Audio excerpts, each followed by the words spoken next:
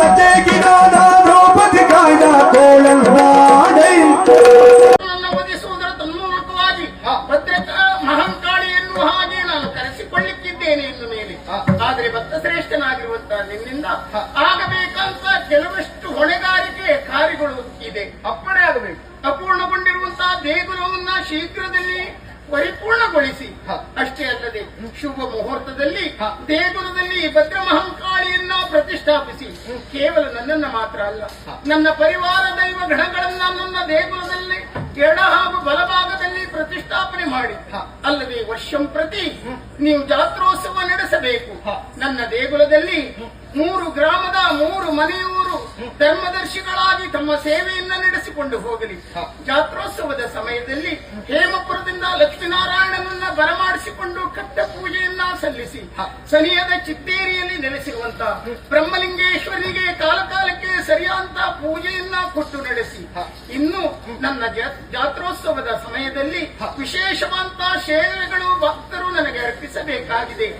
ಕೋಲ ಸೇವೆ, ಕೊಡನೀರು ಸೇವೆ, ತುಲಾಭಾರ ಸೇವೆ, ಕೆಂಡ ಸೇವೆ. ಕೆಂಡದ ಕುಂಡಕ್ಕೆ ವಿಶ್ವಕರ್ಮರೇ ಬೆಂಕಿಯನ್ನು ಹಾಕಬೇಕು. ಅಲ್ಲದೆ ಪೂಜೆಯ ಸಮಯದಲ್ಲಿ ಜೋಗಿ ಪಂಥದವರೇ ಶಂಖನಾದವನ್ನು ಮಾಡಬೇಕು. ಅಷ್ಟೇ ಅಲ್ಲ, ನಿತ್ಯ ಪೂಜೆಯನ್ನ ಪೂಜಾರಿಗಳು ಅಂದ್ರೆ ಬಿಲ್ಲವ ಮನತನದವರೇ ನಡೆಸಬೇಕಾಗಿದೆ. ಇನ್ನು ಮೇಲೆ ನೀವು ಬಯಸಿದಂತಹ ಕಾಲದಲ್ಲಿ, ಕಷ್ಟವಂತ ಕಾಲದಲ್ಲಿ ನನ್ನನ್ನು ಧ್ಯಾನಿಸಿದಾಗ ನನ್ನ ದರ್ಶನದ ಲಾಭ ನಿಮಗೆ ಸಿಗಲಾರದು. ಮತ್ತೆ ನಮ್ಮ ಕಷ್ಟ ಪರಿಹಾರ ಆಗುವುದು ಅಯ್ಯ, ಇನ್ನು ನಾನು ಅವ್ಯಕ್ತರಾಗಿಯೇ ಇರುತ್ತೇನೆ.